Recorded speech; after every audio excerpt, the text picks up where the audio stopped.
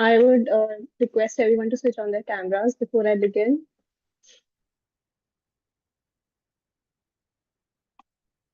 Okay, so good evening, everyone.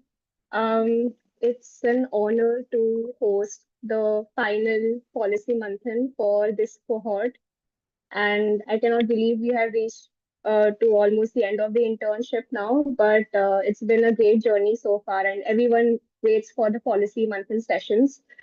And the topic that we have today is one which is very apt. Again, a brilliant topic that has been picked for this policy manthan, which is private tuition economy versus school learning. What does this say about our education system? So, in case we are not aware of the market size of the private tutoring market in India, it is US dollar 4.1 billion in the year 2024, and by 2033 it is estimated to reach 7.8 billion US dollars. Now that says something about our education system. Is it good or is it bad or anything in between? And that is for the speakers to decide today. So I am really looking forward to what you guys have to add to this session. You know the drill. So the speaking order goes in the list that you will type in the chat box. So please kindly put your names in the chat box and we'll go in that sequence.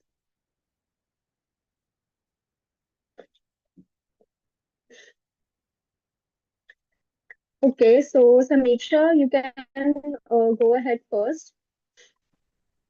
Am I audible? Samiksha, you're audible, but you're not visible. Is it just me? Can anyone see Samiksha? Am I visible? No, Samiksha, you're not visible. Should I join again? Because I think there's some issue on my end. If you'd like to go forward, Okay, yeah, so okay. I'll Let's just make it. start. Yeah. Yeah, sure. Good evening, everyone, and sorry for the video issue. But here I go with my thoughts. So the topic is private tuition economy versus school learning. I think we are all very aware of what is it about, and as Gauri told us that it's a multi-billion economy. So I think if we just talk about private tuition, I think it generally helps a lot of kids, especially those who need more attention than they get in a typical classroom. And when it is done well and it's personalized, it helps build concepts from the ground up. And I myself took tuition since the seventh standard on and off because my mother wasn't able to pay much attention because she was working. So I know that it supports students in a very real way. And ideally, in an ideal scenario, schools should be able to provide this extra help and support. But since that is not the reality in our case, so it's understandable that why parents and students look outside for that support. And given the competitive exam atmosphere that we have in India, the entrance exams like JEE, CLAT, competitive exams like state PSCs, SSCs. So to fill that gap, I think school lags behind and tuition is required there. But the bigger question here is that why has this tuition economy reached a multi-billion figure? And why has it become so central to education in the first place? So, government data from CMS shows that one third of the students take private coaching, and this is just about schools. And in urban areas, that figure for 11th and 12th standard students is close to half. So, these figures show that this isn't just extra help anymore. For a lot of kids, tuition has become the main source of learning. And it is now essential and not just optional.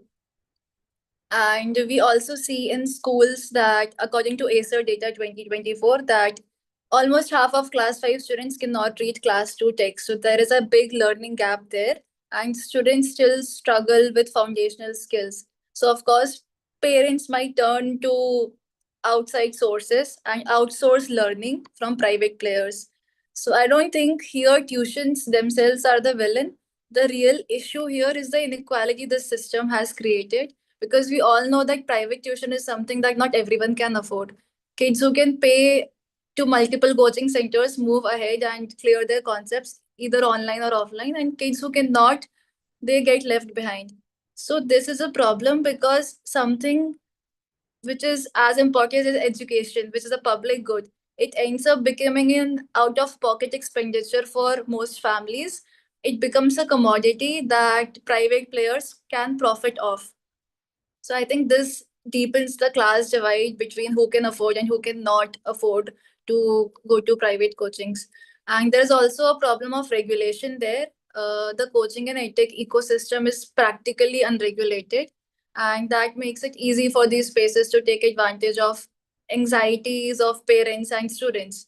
And eliminating tuition is not realistic because if schools do not improve, we just have a if schools do not improve, there is this learning gap. So tuitions will come in to fill that gap. Until we improve our school system, I think tuitions will exist and they're not going anywhere. So I think some regulation could be done here for like registering tutors, transparent fee mechanisms, or qualification checks for tuition. This is the logical first step, regulating tuitions. But any regulation will only handle the surface because the real fix is strengthening school education itself. So things like free after school support inside schools, reducing the pupil teacher ratio, a change in pedagogy, a change in assessment. I think if classrooms start functioning the way they should, this pressure on families to rely on private tuition will automatically reduce. So for me, the takeaway is very simple that tuition do help, but they have grown because schools haven't been able to keep up with the learning process. And regulating this industry is very important, but fixing schools is the only long term solution that we should be focusing at. Thank you, everyone. Thank you for speaking up, Samiksha. You have pointed out some very valid points in your arguments. I really like the part where you picked up the concept of class divide and how all the people, all the parents cannot afford private tuitioning, and it's a very profit oriented industry, which is why it has grown to the multi-billion-dollar industry in India today. And it's also about not villainizing this industry. It has come up in the first place because of the lack of competency of our Indian education system, and that is something that we need to talk about before we villainize this industry. And I would like to open the floor for any comments or any rebuttal if there is any. Anyone would like to comment on that? Or the next speaker can go next, which is Kadambari, I think. Kadambari, would you like to go next if there's no comments? Yes, I'll go next.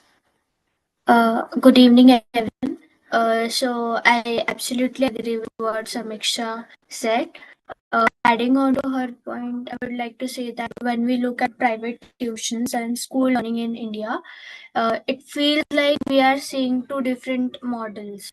Like on one side, we see that schools are teaching millions of students every day, and on other side, almost data says that 30 million kids are going for tuitions or coaching after school or before school, and that itself says that something big. Surveys like ASER, that is showing that many class 5 students can't do basic class level reading and maths. So parents often start feeling that school alone won't be enough. And that is exactly how this huge tuition and coaching market has grown so fast because of the feeling that schools schools are not enough, and from small neighborhood tutors to like big quota style institutes and on platforms have flourished because of this. And one thing becomes very clear that there's learning gap for sure. Children to school, they sit in class, but the actual understanding of doesn't match with the grade level they're learning in. So teachers problems like teachers are overloaded with the other tasks, classroom crowded, often so many students are in one class, which is above the limit, and often focuses on rote learning. Uh, yeah, even though the policy documents talk about competency-based learning, it hasn't fully reached the ground. And then we have this JEE coaching culture. Uh, I have been that.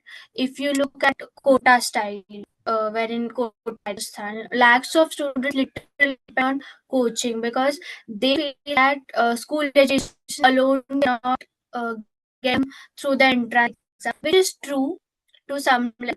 And that tells us how competitive exams are pulling students away from regular schools, and it is pushing them into this high pressure coaching cycle.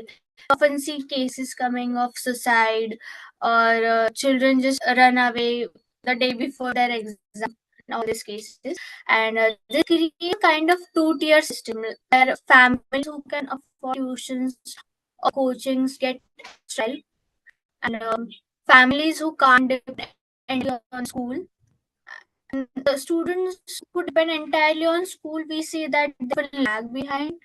And we know how school quality is not same everywhere. Some states like Kerala, even Tamil Nadu have long schools. So tuitions are tuition rates are lower over there.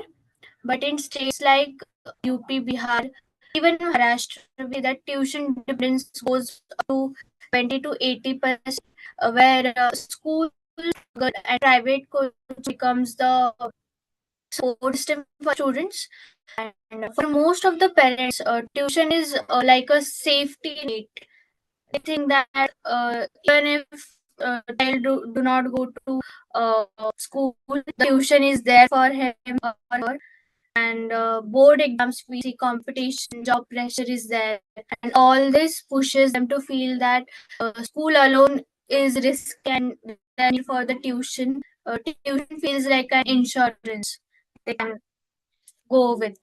And so, what does all this tell us? That tuition not the problem. It says that the people are losing trust in school system, and there's a need for it. Schools are stronger, good teaching, smaller classes, better assessment, better understanding, and this heavy tuition culture will automatically go down to some level. And NP also talks about these things that, but it's faster and deeper implemented to some level. Yeah, that's it from my side. Thank you, everyone.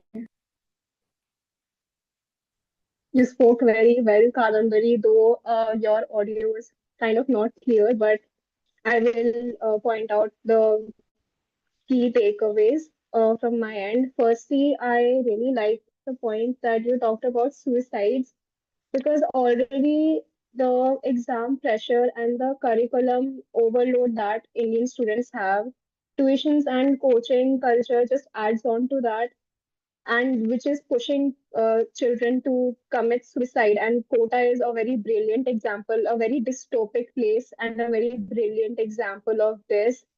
And like you and Samiksha pointed out, that there are like incompetencies in learning for like specific grade children. So why is tuition not able to close that gap? Why is education not able to close that gap? And another brilliant point that you brought up is that in Kerala and Tamil Nadu, I don't know if I heard it right, correct me if I'm wrong, but in Kerala and Tamil Nadu, the tuition culture is way lower than the North Indian state counterparts such as UP, Bihar, and Maharashtra.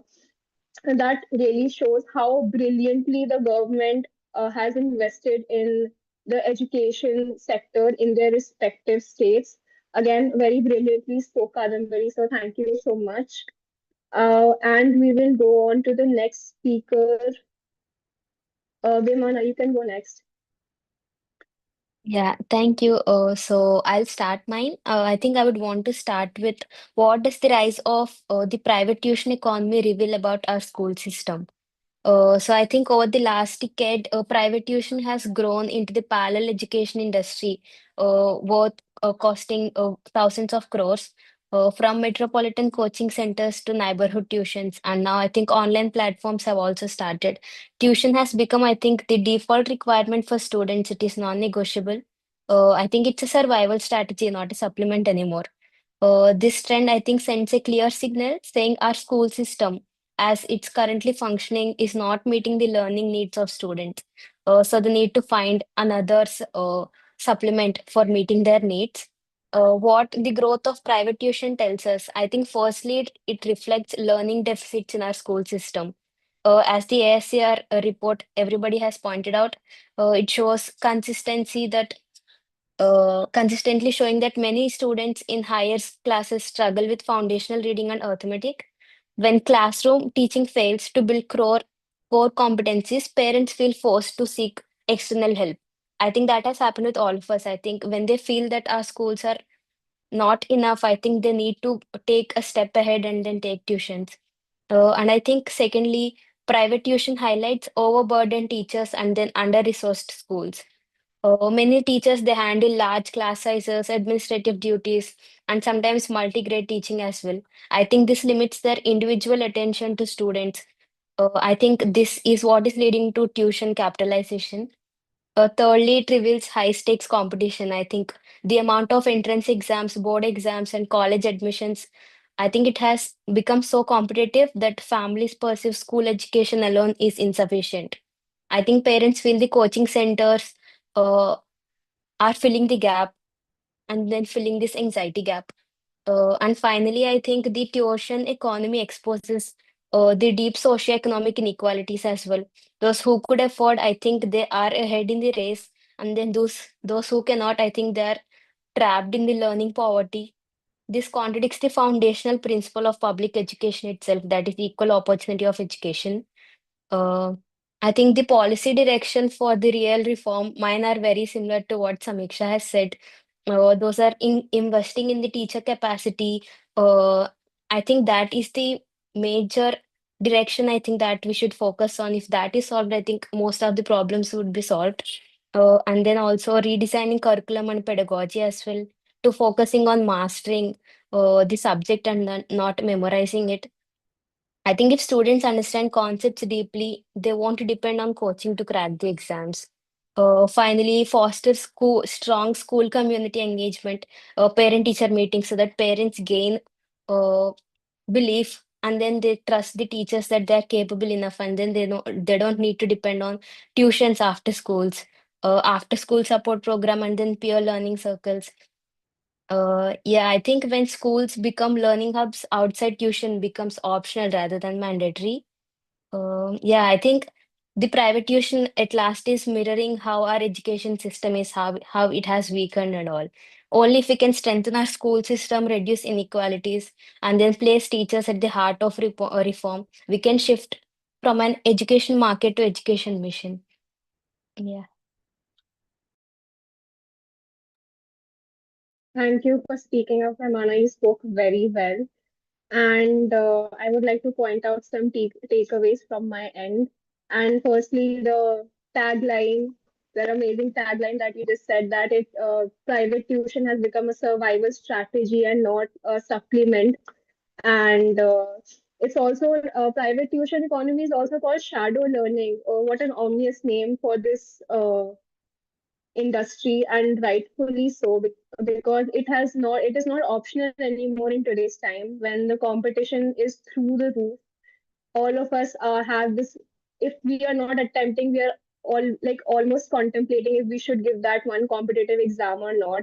And then there are 10,000 different coaching centers that are trying to capitalize on these entrance exams. I remember when CUET came up, immediately, I don't think it even took like a month for CUET coachings to come up. It came up like instantly. So, EdTech and tutoring industries just wait for next competitive exam to pop up so that they can capitalize on that.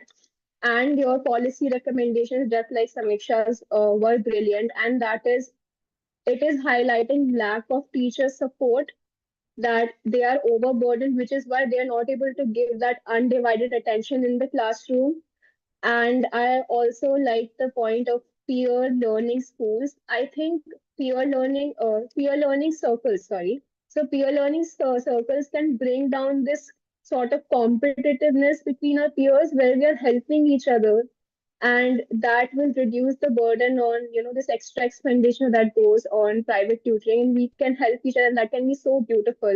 Community engagement, and of course there is a dire need for updated pedagogy and curriculum. Thank you for speaking up again, Vimana, and I would like to call the next speaker. uh, it's Zoha. Zoha, please, you can go next. Am I sufficiently audible? Yes, you are audible. Okay. So, December of 2023, a 17-year-old committed suicide in Jaisalmer's coaching. July 27, 2024, three students died trapped in the basement of a coaching institution in Rajendra Nagar, that is the hub of UPSC coachings. And since 2015, 113 students have committed suicide in Kota. When I first heard of this topic, and when I first saw that this is the topic for our policy Manthan, the first thing that came to my mind is this toxic coaching culture. And I know that it is not specifically what we are trying to discuss here. It is more in the broader sense of private coaching in schools and other places. But I would like to start by addressing this first. And then, of course, going forward, yes. So we have all seen this private coaching closely. I believe most of us have also gone through private coaching in our schools and in our colleges as well.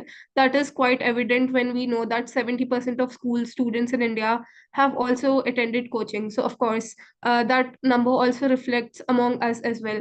And even in rural areas, we see that 30 to 35% of students uh, go to coachings and private tuitions. When we think about this in the sense of how farther the urban and rural divide is in India, in the other aspects, in the aspect of private coaching, I think it is quite low.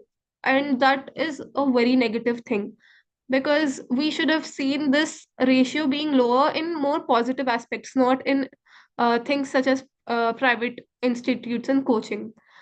Secondly, private tuitions have almost become a second schooling system, and that brings me to another point of contention, that is the rise of dummy schools and colleges.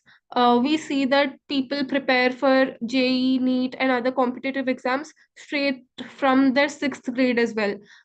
Personally, my brother who studies in a school, he his school allows them to study for JEE, NEET, or other competitive exams straight from let's say the seventh and eighth grade, and they do not have to follow the school curriculum, but for them the school curriculum is integrated or swapped with the competitive exam curriculum. That is also quite problematic, because that again creates a very huge divide and makes me question the concept of merit in itself, because we think about all the merit and how there should be no reservation and other such things in the aspect of competitive exams, but we see that the privileged are already getting so much help because of their comfortable lives, and also now they have a strong coaching background as well, and then the underprivileged do not get that straight from their schooling or even before the competitive exam itself. So that makes us question the concept of merit. Thirdly, uh, we always hear this kind of a quote or a message that school is for attendance, but tuition is for learning. So many a time students just go to school during their 10th grade for the attendance, just hit the mark of 70-75%, and other times they are in the private schools and tuitions. Then there is burnout and pressure. That is the main reason for so many suicides happening. Students first go to 6 hours of schooling and then 3 hours of coaching. Sometimes they have their own extracurricular activities that they have to focus upon, and then also they have homework from the schools and also the coaching institutions. I think that takes away a chunk of one's childhood. That should not be happening. There's also this conflict between schools and private tuitions. We must have heard, I've personally heard a lot from my school teachers. They always pinpoint and target the students who go to private tuitions. They're like, didn't your tuition teacher teach this? Or you should not be doing this, some in the method that your tuition teacher taught you. That is a faulty balance where teachers in schools and teachers in tuitions are teaching completely differently. Many a times we see that private tuitions have a more liberal and flexible curricula, whereas schools have a more strict and rigid curricula. So the students oftentimes get confused between both of those. Now, what can we do about it? That is also what I believe from all these policy manthans, and what I've seen is that when we discuss all these things that are correlated to education and problems in our education system, it's almost like a triangle. On the base there are so many different problems, and then when we go up and we actually think about it, sit and think about all those problems, the solutions that we find are like the top of the triangle. There are only some solutions that could actually work, and they are similar to all of the problems. They can apply to all of the problems at once. That is the student teacher ratio that needs to be decreased, how we need to improve on our pedagogy, how we need welfare programs for government schools and for the underprivileged students, such as free remedial classes, how we need teachers who are to be trained regularly, um, and how we need to improve on the infrastructure. So all these solutions are not specific to the private school problem, a private tuition problem, but I believe our education system is attacked by all these problems, and so many different problems come into existence just because of these malpractices, we could say. And we need regulations for private tuitions and coaching institutions. Coming back to my first point again, that there are so many apps and there are so many coaching institutions and giants, like the Unacademy, Byju's. I don't even know if I should be mentioning them in my speech, but we know that we need to regularize them for obvious reasons, not to shut them down, but we need to make them accountable and transparent for students, so that students are not exploited. Tuition fees must be transparent. uh, then in our schools, class size limit should be fixed. Students need to be taught on the same level in schools as they are taught in the private education. And also, to end on a very balanced point, private tuitions by no means do I say are bad. Many students genuinely benefit from them, as Samiksha mentioned, especially those who need extra support, personalized attention, or help with competitive exams.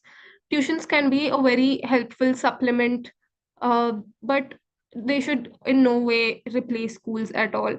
Tuitions should be a choice, not a compulsion, and our education system is in such a situation right now that it has indirectly become a compulsion for students to go to tuitions.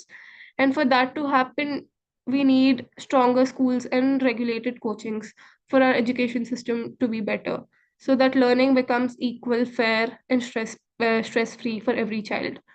And I would like to end by that. Thank you for speaking, Zoha. You spoke very well, and I would like to appreciate you on some points that you brought up. Firstly, the point that no one has brought up yet is the clashing of learning methods that happen between schools and in private coaching. Like in my personal experience, what I have seen is that I experienced this firsthand that some teachers really take it, school teachers really take it on their ego that you are trying to bring in your own ways of solving any problem that you might have learned from your private coaching, and they will nag you for that. So it creates a lot of clashing of learning methods because already it's a compulsion, it's not a choice, as you mentioned. And on top of that, you are being called out for that you can't use these techniques in my classroom. And again, the topic, your starting point about suicide, it's so sad that it's pushing students to take such a dire measure. I mean, what could cause? How much pressure is on students that one is taking such a harrowing decision in their life? It's not a very light thing, suicide. The topic of suicide is not that of a light-hearted one.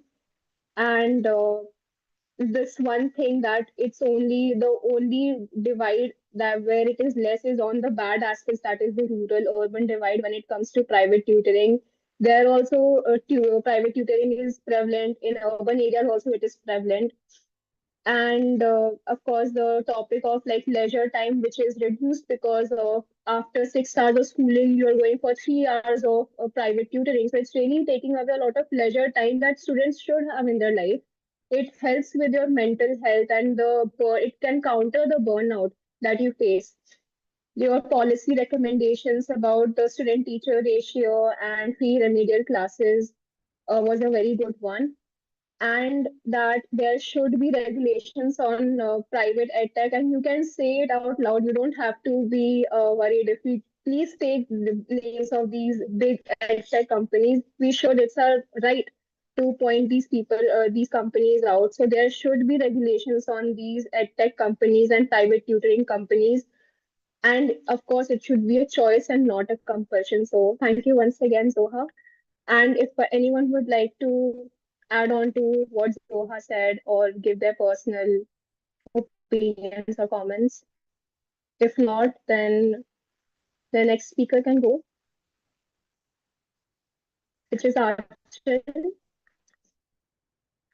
Archel, you can go next. Okay. So I'd like to start this topic by sharing one of my experience. Like Zoha said that there were teachers in her school where they were pointing out the methods taught by other tuition teachers.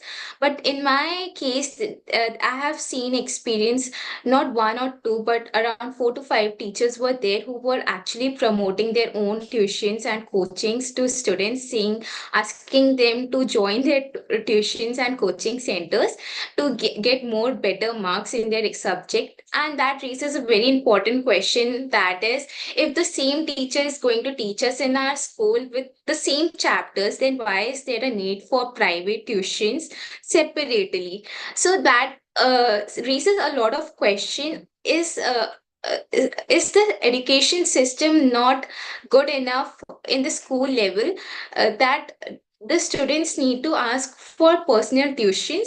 Are the teachers underpaid so they have to generate other sources of income, or basically the class size? If we consider the class size, a lot of schools have students of around 60 students in one class, and there is one teacher. So obviously there are a lot of students who are shy, who are not able to ask question in front of a lot of people, so they prefer private tuitions. But the teachers are not seeing each student at individual level. That's the problem. I think for a till a class of 12th, that syllabus, that is a part of syllabus that could be covered by the school curriculum, school teachers, but still the students are focusing on private tuitions. That is a big fallback in a school system. So here the tuitions are compensating for the school system for overcrowdedness, uh, and actually old teaching methods where teachers are focusing more on marks rather than on understanding the concept. Because if once the concept is understood by the by the students, a lot of problems are solved or in a ground level as well. My thing is that for other exams like UPSC, CAT, for RBI exams or bank exam, we require coachings because that part is not covered in the school curriculum or college curriculum. But on the school level, that could be should be a part, that where students are not requiring external help. But at the same time, if we see it from a student's perspective or financial perspective, a lot of students can't afford private tuitions. That widens the gap between the learners. So there is an advantage for students who belongs from well economical families, and those who do not belong, say, so for them they have to depend on the school level studies as well. So how can we correct it? A lot of points have already been covered, but I would again say that the teacher ratio should be uh, the class crowd should be less, like around 30 students per teacher or 40. Not even 40, I think 30 would be better. And the school authority should step in the classroom, ask random questions to students at during the classroom hours, so that they would understand if students are able to understand the concept or not, if the teacher is teaching it or not, or is it only the surface level. And the third is that they can ask feedback from the students. That could be from Google Forms, so that the teacher won't be knowing. Because at times, when we complain against a teacher, they reduces the internal marks. So we can actually ask, the school authority can actually ask for personalized feedback from Google Forms or other forms as well. That could make the system much more better. So for me, tuitions are better, but I think for till class 12th, the education system or the school should should be able to provide education for all students. Thank you.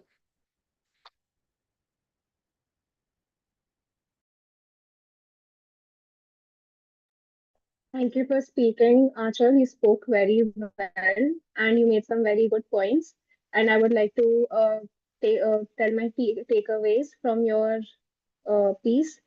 I think first, like your your comment on the teachers, like why they are promoting their private tutoring in the school campuses, and that is personally something that I came across myself. uh, a personal anecdote that I would like to share. So my sister's science teacher, I don't know which subject it was. It was PTM, and he was discussing. He was giving feedback on her performance, and her performance was dipping according to him. Like we don't know if that was true, but he was like suggesting that like your daughter's performance was dipping. And then he whispers to my parents that, I take private tutoring.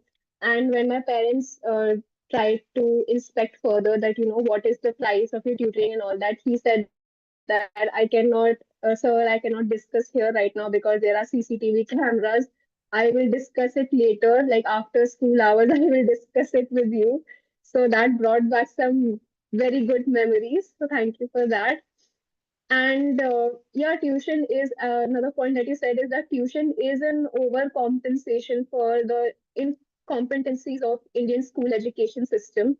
And like everyone has reiterated it before, it's not an option anymore. You need tuitioning because education system is so bad. And yeah, if there is conceptual clarity, that will kill the demand for private tutoring right then and there. It's like solving the problem right from the root and nipping the bud off right away. And yes, about the class divide and the affordability, and this is something I think Zoha talked about before, that it's giving an edge to people, like to people who can afford private tutoring, which is not very fair in itself. And your policy recommendations about improve student teacher ratio and Google Forms are like feedback where no one can interfere in the redressal mechanism if you have some complaints against teachers, something that no one brought up. So thank you for that. Once you have a feedback of how competent teachers are, they cannot promote their private tutoring. That will also be called out then and there as well. So a very brilliant policy, such a simple but a very brilliant policy recommendation right there. So thank you so much, Achal. Yes, Samiksha, you would like to say something? Yeah, as Achal pointed out that there are requirements for coachings when it comes to competitive exams like UPSC or state PSCs or bank exams. And having been prepared for an exam like that, I can say that even those coaching industries have built themselves upon the FOMO and anxiety of students. And I say industry because education is a commodity for them that they can profit off of, and it is not a way to a better life. It's like just a commodity. And even in these exams boast about meritocracy, but those who can pay lakhs of rupees to these coachings do have an advantage over those who can't. So even for these coaching industries, there is a need for regulation and good regulation. So that's what I wanted to point out. Thank you. Yes, a brilliant point right there. And this is something even I personally believe that you should not make. There are a few things that I think should not be commodified or made a business out of.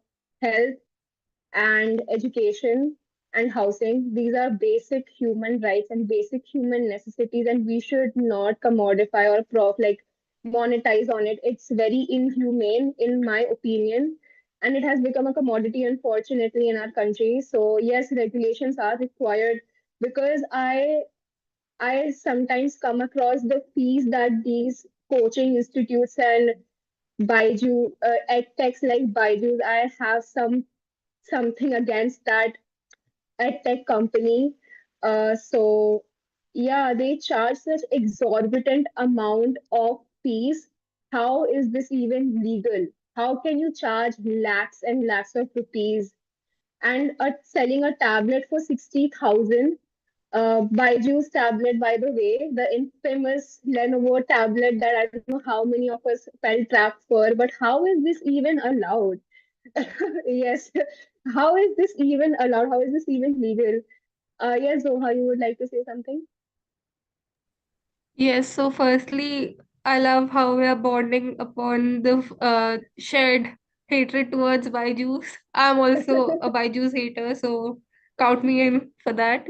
Yeah. Yeah. And other than that, to elaborate on Anchal's point about how teachers also have their own private tuitions going on, that reminded me of a recent incident that happened with us. I was going along with my mother to get my sister into a private tuition. So our school is my school, which I studied in, and I'm out of it now. And my sister also studies in the same school. So, and that school is quite close to our house. So, going to that tuition institute, we had to cross our school as well. And that was the time when the teachers were going out of the school for the working day. So we were just walking, and we saw that I saw that my teacher who used to teach me in my 10th grade was standing there, who also teaches my sister now. And I just said hi, went to say good evening. She was like, "Where are you all going?" So we said that I'm going to enroll my sister in a tuition. And she said, "By the way, I too have a tuition institute. But what is the need for you to get her enrolled?" So my mother said that it was because she's weak in math. So the teacher was okay. You can send her to me as well. I'll send it to you on WhatsApp, the details and all those things. Now, two very ironic things about this interaction. The first is that the teacher is an English teacher, and the second thing is that her own daughter, who just passed out last year, apparently studied from a very big coaching institution.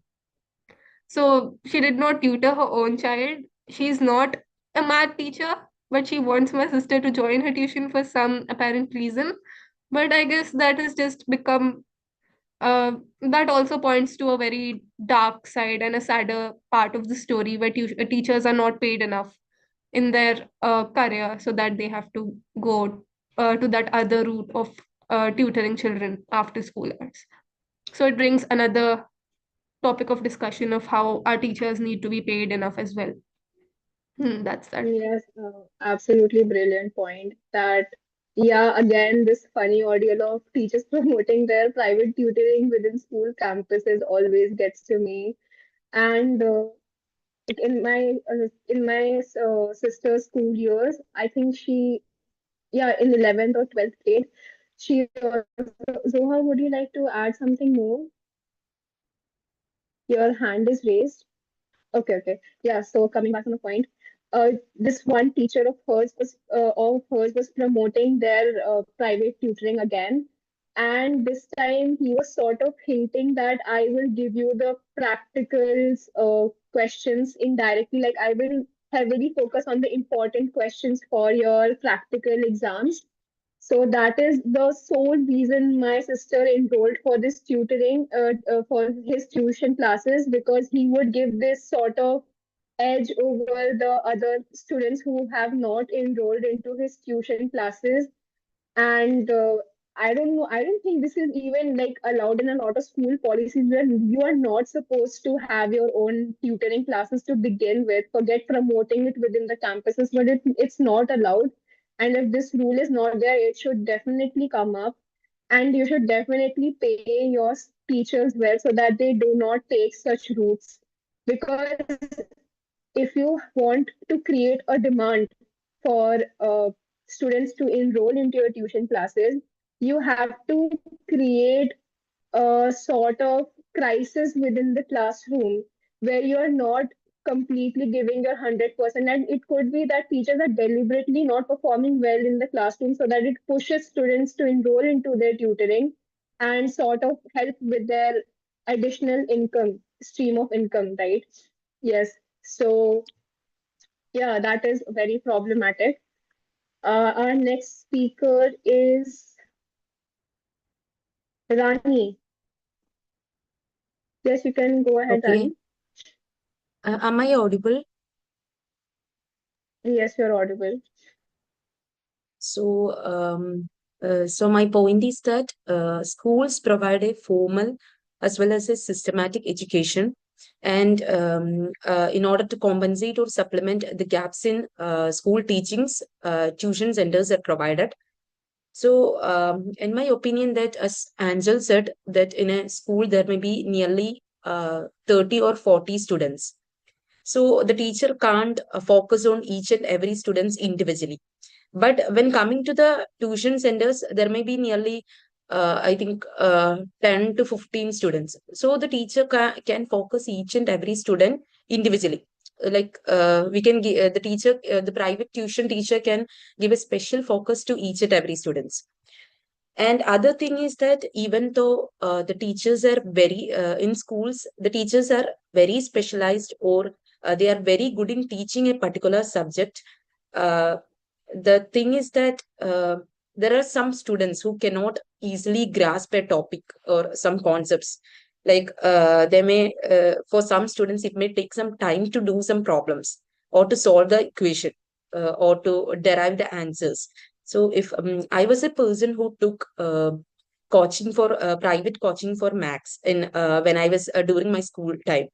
So in my school, the teacher followed the solutions, or she followed the equations which was given in the textbooks. But when I went to the private tuition center, it, my teacher gave another equation. Like there was a shortcut method, so we can easily solve the equation. So I think it's one of the advantage regarding the private tuition centers. Like they provide extra solutions or some extra equations which can make the answer very easy to crack. But the problem is that, as Samiksha earlier said, that private tuition centers, some for some students, it may be very difficult to go for coaching. Like they may have some financial struggles in their family, and and according to, so another thing that I have to add on is that uh, according to the comprehensive modular survey on education released by the Ministry of Statistical Implementation Program, nearly one third of the school students in India now take private coaching. So it was actually in 2025. It was actually Times of India have reported this thing. So I think nowadays most of the students are taking private tuition centers, but the problem is that nowadays most of the private tuition centers have become profit oriented rather than giving learning, like providing a learning to the students. They are mainly focused on money, like they need to get the money from the students. So I think it's the problem, another problem related to the private institutions.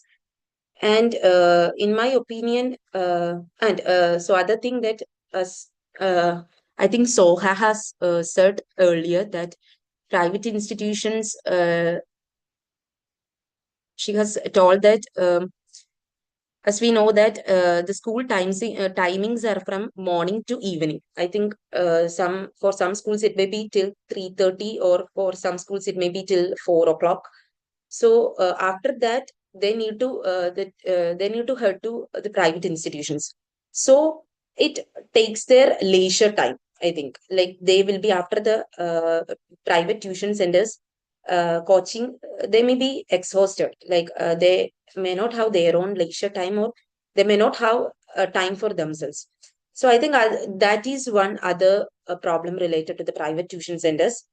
And in my opinion, I believe that even the private institution provide or they compensate or supplement the gaps in school teachings, I think schools provide a holistic development. Like we know that apart from the academic learning, they also impart some values, life lessons, and morals to the students. And there is a balance between, like in schools, we know that there are, apart from the academics, there are extracurricular activities which encourage the students. So there is a balance between academic and extracurricular activities. So I think I'm ending my points. Thank you.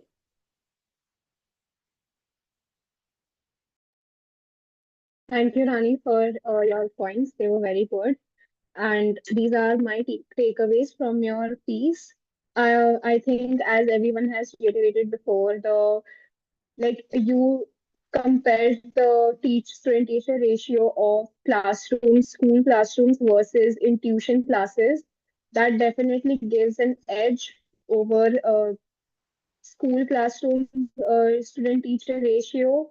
You can give undivided attention when you are in a coaching setting rather than when you're in a classroom setting. And that really helps whether we like it or not. And yes, some students need extra help, and in that case, definitely private tutoring helps. So villainizing it is not the solution here. And yes, it is helpful. We need to take that into account. But again, private tutoring is very profit oriented, and the minute profit orientation comes into the picture in any industry, it automatically becomes very exploitative. They bank on your anxieties of, how competitive the world is. Will your kid survive? We will give your kid that edge over the other students in the arena, and they bank on this anxiety. Therefore, like the minute profit enters into the equation, it will automatically become exploitative. And again, it is stealing away children's childhood and their youth. Like you, after 6 hours schooling, you're coming back, and again you are rushing back to your coaching centers. And some of these coaching centers, they themselves have the hours almost similar to the school hours. Like they are also having 4 or 5, like 3 or 4 hours. As far as I've heard, the worst hours that I have heard is 3 or 4 hours of coaching, which does not make sense at all. Like how incompetent is the school education that you have to almost replicate. It's like a second school in itself, right? And yes, like schools do provide holistic development, and coaching centers cannot provide that. It's very completely academic focused. Again, it is eating away the leisure time. So thank you for your points, Rani. And yes, so how would you like to add something? Yes, actually, just to add a little thing, uh, because most of our speakers are done, or almost all, we've established that private tuitions are important, or at the very least, they are supplementary to the school education, because they are supposed to provide an environment for the students to actually do things that they're not able to do in school, or uh, things associated to that. But in my personal experience, and for the people that I've seen and spoken to, I believe that private tuitions sometimes act antithesis to what they're actually supposed to do. So, in my own personal experience, I was enrolled in a tuition institution from straight from my under like UKG to my seventh grade, and that only stopped because of the pandemic. And by the way, it was not a very huge corporation or anything like that. It was just the friendly neighborhood auntie who used to take tuitions. So, but she was actually indeed a great teacher. Uh, and I had my classmate, or say my best friend, who also used to study with me. And that also brings me to the point how larger corporations have this batch. So there are people who are studying really well who are in one batch, and the people who are not able to study that well in the lower batches. That contributes to lessening the morale of the students as well. So when my best friend was with me in that tuition, that was for the entirety of the time. So until I was in the tuition, she was in the tuition as well. And people used to associate me as her shadow. So I was just the girl who was best friends with this girl. And I could never ever be better than her, is what was the perception, to be very frank. uh, and that is what I believe kept me in my own comfort zone for a very long time. I could not come out and see my actual potential because of that. And when I actually left that tuition is when I started doing actually well. So the purpose of the tuition was fulfilled after it was over. So I believe that it should be a point that the coaching institutions, though nothing can be done regarding this on a policy front, but the institutions must be more mindful of how they treat their students, and how they keep their morale up as well. So that is just a small thing I wanted to add. Yeah, very brilliant point that you've brought up. Though I would like to counter what you just said, that it cannot be brought on a policy front. Definitely can be brought on a policy front when you talk about ethical considerations, that like just because you're a private institution in this country, like you can just do whatever you want within your private institutions. There are no regulations that apply to these things. And whether it is school or it is a private institute or any private coaching or edtech company, you can, like, there should be a certain limitation to what sort of language you are using when you're talking to students. They sort of want to, like I said before, they want to bank on that anxiety, on that you are not competent enough. When you join our coaching institution, you will be competition ready. So it is sort of like a business strategy that constantly feed into the child's insecurity that you are nothing without our institution. So yeah, there should definitely be some regulations as to how even you are speaking to people who are part of your institution, whether it is school or it is private institution. And anyone else would like to add on to that?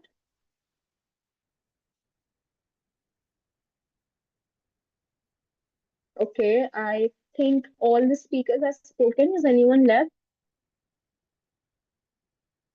Okay, so I guess okay, Bhavya has Bhavya, left. yeah. Oh, yes, yes, Bhavya, yes, please go ahead. Yeah, thank you, Gauri. Uh, Today, we are discussing something which every Indian student has experienced, as we have already established that. So, the question that we are tackling is why private tuition, which was supposed to be an exception, and by exception, I mean that only the students who were maybe not able to keep up with their classmates in the school started going to private tuitions. How something which was supposed to be exception has become a norm in our country. um, you all have already touched upon very valid points on why there is a need for private tuitions, including the quality of teaching which is provided in our schools. Um, because the competition has increased many folds, but our school system, be it the teaching tools or teaching methods, they have become stagnant. They have not the innovation has not been there in our school system like it should have been to keep up with the competition. That is one of the very major point. Secondly, when we talk about government school, there is teacher shortages because the recruitment process is very slow, or maybe the government is not even not even recruiting the teachers properly, because they only keep them on contract basis, so they will have to pay less to those teachers. That also creates that affects the quality of education in our government schools. When it comes to private schools, I think Zoha has touched upon it, that the, the teachers are not properly motivated because they are not paid well enough. That is why when we talk about private tuitions, the same teachers who are not able to provide individual feedbacks or proper reasons for a student not being able to understand some things properly, they are willing to give those feedbacks in their private tuitions because they charge more there. So the same teachers who are not performing very well in the classes are doing very well in their coaching centers. So the motivation factor also becomes an important part of why our school system is lacking in that matter. Um, Moving forward, how our curriculum is designed, where the teachers are strictly asked to complete some amount of syllabus in a specified amount of time, that actually makes our education system more of a syllabus centric or exam centric education system, which is a very uh, bad example of teaching method, because that is where private tuitions take advantage of students and parents, because what do we say, tuitions become a place where they are taught how to decode an exam. The quality of teaching which is not provided in our classrooms is shifted to the private tuitions, because there they know how to decode the exam, how and what type of questions are going to be there in an exam, which our class teachers are not able to provide us. Moving forward, there is pressure on students uh, to keep up with the rest of their classrooms. And also, one more point which nobody touched today is that private tuitions are filled with students because the only option, the only career option in our country is in academics only. If a student talks about a career in sports or art or culture, it is not you know uh, allowed, as we can say, by the parents, because they force their children from very early age to make a career. Maybe they'll become a doctor or an engineer, and competitive exams, it has become a major industry now. But we can not only blame parents in that matter, because government do not provide enough infrastructure when it comes to a career in sports or art or culture. So, as a result of that, a lot of students have to leave their hobbies behind, and they have to think of, and when they are not performing well in schools because they are not interested in academics, they are maybe interested in dance or sports.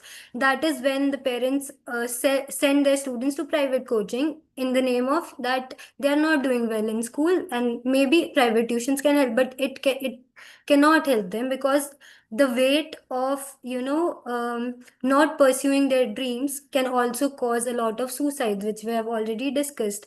uh, Gauri, I think, gave an example of quota, where students are sent by their parents, but they are not able to perform well because they are not interested in those things. So that also becomes a really what do you setback in our education system.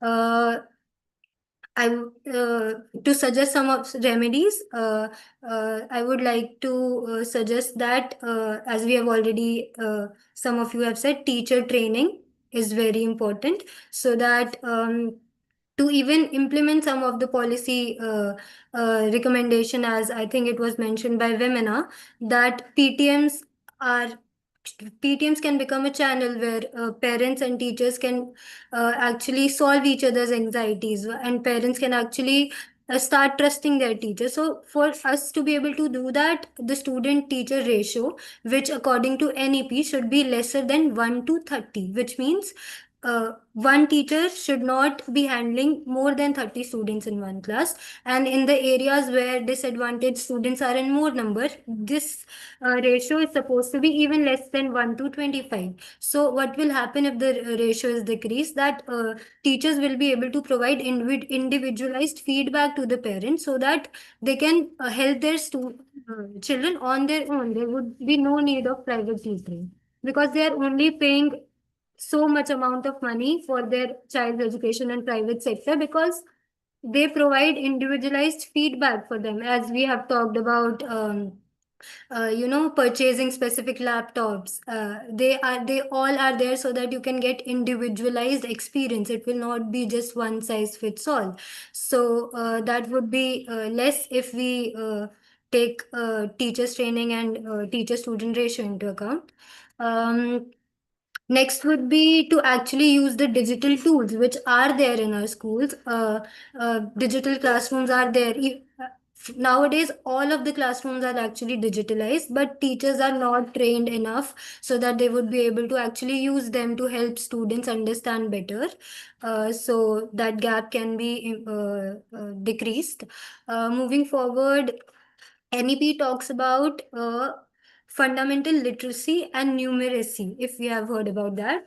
In short, it is called FLN, which actually is about helping children from an early age to understand maths and the subjects which will help them get better edge in the competitive exams, which where maths is actually very important, which we call quantitative aptitude. It's a very important part when we go forward for a competitive exam. So from the early age, FLN system actually will is introduced so that they are able to understand that from the early age itself. So that is only on our papers. And as Samiksha has mentioned, that children up to fifth class are not even able to solve some common math problem from second class itself. So that is a major problem which can be solved. I mean, NEP has already formed a system regarding it, but it has not been implemented yet properly. We have talked about remedial classes and peer tutoring, which is not in our school, which is not implemented properly in our school, because teachers are, again, not motivated enough. They are not paid enough for that, and they are also not provided with proper tools and methods for these. Um, uh, I think I've covered all my points. I would just like to end by saying that the rise of tuition in our education system is not a trend, as we are all saying. It should be a message that there is a very, very long way for us to go, and in the implementation of our education system, because private tutoring should not become a norm. It should remain an exception only for the students who are, maybe for them also, it should not be there. It should be handled in our school itself, because as Gauri has mentioned, that it should not become a commodity that we are going somewhere else to, fulfill our expectations. It should be done in our schools itself. So that's it from my side. Thank you for presenting your piece, Bhavya. It was very comprehensive and you touched upon some very good points.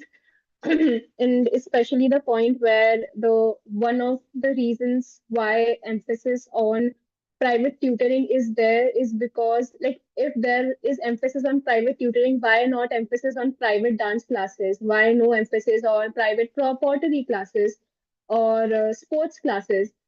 That reflects our emphasizing on academics itself.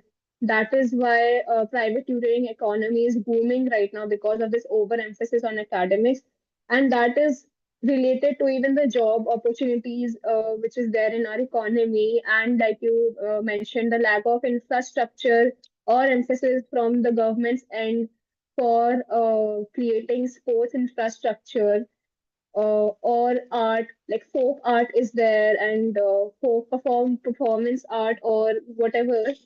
And yes, like your point about curriculum is more like a checkbox that needs to be ticked off. There is like a time constraint that teachers need to complete their curriculum in that limited time frame. So they're treating it like a mental checkbox that they have their own anxieties on top as well. Their job is dear to them, that paycheck is dear to them. So they're just ticking off that mental checkbox, and that in turn is affecting the personalized attention that you can give to students, and going into the depths of the conceptual depths of every topic. And your point about teachers' pay that people reiterated before, that the only reason teachers are taking this sort of ominous path of promoting their own private tuition classes is because of lack of good pay in these teaching job roles. And your point about contractual teaching that no one brought up so far is that in government schools they're kept on contractual basis, because then the schools the government will have to pay them lesser than the permanent teachers, and that is so wrong on so many levels. And yes, your policy recommendations were also very comprehensive. The pupil teacher ratio will not only solve the problem of undivided attention in classrooms, but also the personalized feedback they can provide to parents in the parent teacher meeting, so that parents also at home can help the children on a personal level. And your NEP intervention about, I'm sorry, I do not remember that term. It was FLN. I can you talk about it again? Like, can you briefly touch upon it again, because it's a very new concept and I did not come across it. If you would like to. FLN actually stands for Foundational Literacy and Numeracy. So it is related to providing children from early age only. I mean, we only get to, I mean, if I talk about me, I only got to know about it in maybe 11th or 12th class and later stages where I got to know about competitive exams. So from the childhood only, a lot of people, including me, always complained about not being good at maths, because, and I would always ignore it, like a lot of students, that it's okay if I'm not good at maths. It will not be a problem for me. I have other subjects to focus on. But when we talk about competitive exams, quantitative aptitude, which is maths itself, gets in a way for a lot of students. So government, this foundational literacy and numeracy talks about only providing the mathematical knowledge which students should have from their early childhood only. Okay. Yeah, and that, I think, in my personal opinion, there is also a gap between school curriculum and the curriculum for competitive exams, because why are they so different from each other that one needs to even enroll into these coaching institutions in the first place? Why is our curriculum, our pedagogy not such that you can straight away, like CVT for example, you can sort of take it. I have to appreciate CVT on that line, that if you are suppose a psychology student and you want to enroll in a psychology course, your CVT curriculum will be that of whatever you have learned in your 11th or 12th grade, or you can pick up an NCRT book. So why is that gap even there in the first place, that we have to enroll into these coaching institutions? And also your point about digital tools that teachers are sort of resistant, show resistance towards, because they want to stick to the traditional ways of teaching. And this sort of, it needs a sort of extra effort on the teacher's end to sort of be open to new ways of learning, but again, the lack of good pay reflects on the lack of motivation that teachers have in classrooms, and therefore no importance given to digital, little to no importance given to digital tools. Thank you for your points once again, Bhavya. And anyone would like to add on to that? Yes, Samiksha. So this is unrelated, but since the session is coming to an end, I just wanted to add that the gaps in the school education system and the shift to private actors is also pushing the state, the government to act just as a facilitator and not as a provider, which it needs to be for a service like education. And this deterioration on public education is also pushing families towards private options. Additionally, the social aspirations of especially the upper middle class further pull them in that direction. And this mindset that private players will provide better facilities is dangerous. And the ideological shift on the government side that it just needs to act as a facilitator and not as a provider, it is dangerous in itself. And this Hmm. ideology is also need to be addressed. Yes, that is so apt. Like the government's, like government, this sort of push that they give towards private companies and institutions, this sort of favoritism and the extra favor that is given to private industries. It's like which is exactly why these industries goes unchecked, because it's being allowed to go unchecked, right? And before I go on further, uh, since all the speakers are done with their piece, with their respective pieces, if anyone would like to leave, they can leave. But since it's the last policy month in, uh, I hope we are open to a little more discussion, like a little like closing discussion before we log out. So if anyone wants to leave after they have done their like, since all of us have spoken, if anyone wants to leave, they're open to leave. But if you want to keep on adding to your points, please go ahead. It's the last policy month, and I want to make the best out of it. There is something I wanted to talk about, but I just cannot remember now. Yeah, so Excuse Samiksha, me. yes. Oh, yeah, you're talking to me. Yeah, please go ahead. No, no. I was about to bring out a point that you mentioned while you were presenting your piece. Yeah, but Samisha, go ahead. Is there something you No, want to I'd say? love to be here. The just a single problem, like I have to leave in 5 minutes because I'm going outside. But I'm here for Okay. 5 minutes at least. Yeah, yeah, sure, sure. So, like Samisha, uh, you talked about that it is a multi-billion dollar industry, but how did that even become possible? Because we all have, acknowledged that private institution is not the villain of the story in itself. It's more like a message. It reflects something rather than a trend. I do not remember who quote unquote said that, but it is a message rather than a trend. How did it become a multi-billion dollar industry? Because that's like a lot of money. The size of this industry is huge, and it's multi-billion US dollars.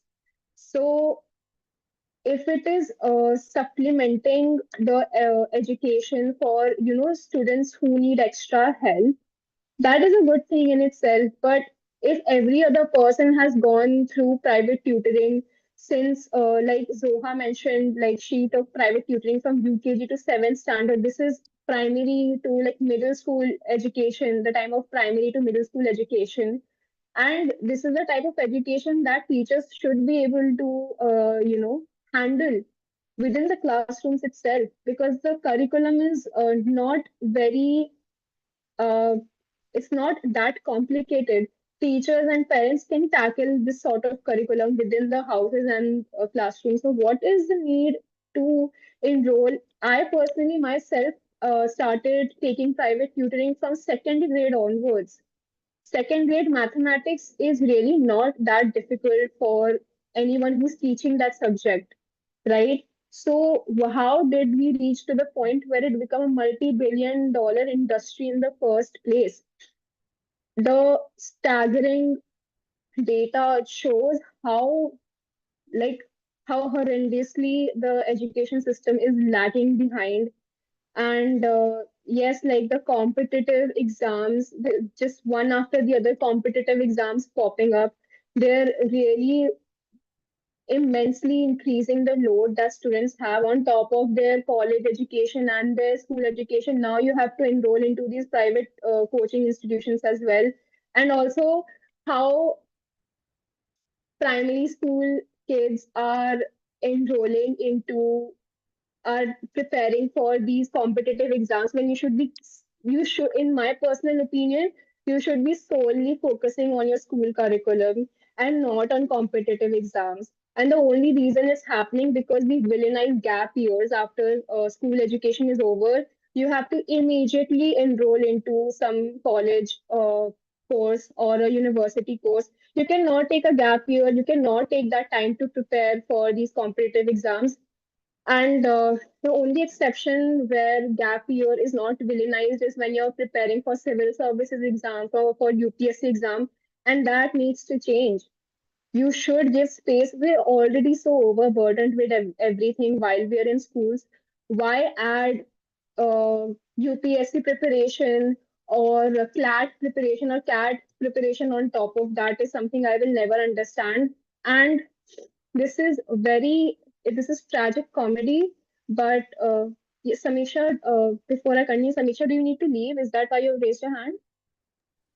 Yeah, I do need to leave. And Gauri, the way you're concluding right now, it's awesome. I love to hear you more.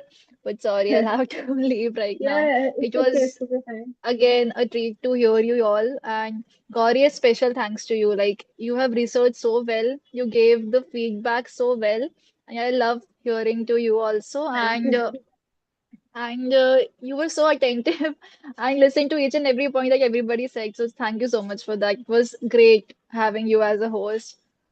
Thank you. Actually, I was inspired by you, like all the sessions you hosted so far. You're all constantly jotting down. So I was like, I need to up my game in this. But thank you for attending this session, and it was lovely to have you, Samiksha. You can leave. Thank you so much, everyone.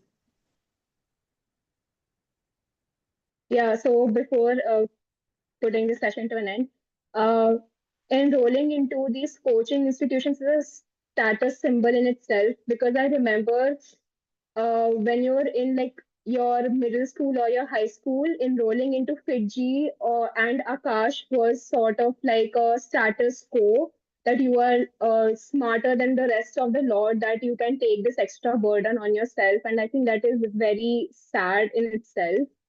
Bhavya, would you like to add something? I think you raised a hand. Yes, I just wanted to add to your point where you said that how did it become such a large industry in our country? I think it's because even as a first standard student, you have to go to a coaching class, which actually uh, reflects upon our parents' involvement in our education. Because if we talk about a European model of education, their parents are actually asked to come to school with their children on some days, and they are also asked to substitute for a teacher if a teacher is not able to take classes. They are actually asked to substitute, so that way they are able to put more efforts into their child education. And also PTMs there are held on a holiday or maybe in the evening, where parents who are working are also they do also have a chance to attend to those meetings. So I think how did it become such a large industry reflects upon that as well. Yes, that is absolutely very logical and a very apt point there. But when you bring that up, I think it is leaning more towards now the labor laws in India, where parents are overworked in such a way that you cannot attend to your family, you cannot attend to your children. And that is another topic in itself, which I wish there was another policy content for that. But till next time, let's see. But I think we should, if no one has anything to add on, so I think we should bring this to an end now. Is there anyone would like to add? If not, then you guys can leave. Thank you so much. It was an honor to host the last policy marathon, and it was lovely to listen to all of your points. Uh, we can end the session now. Thank you. All right, thank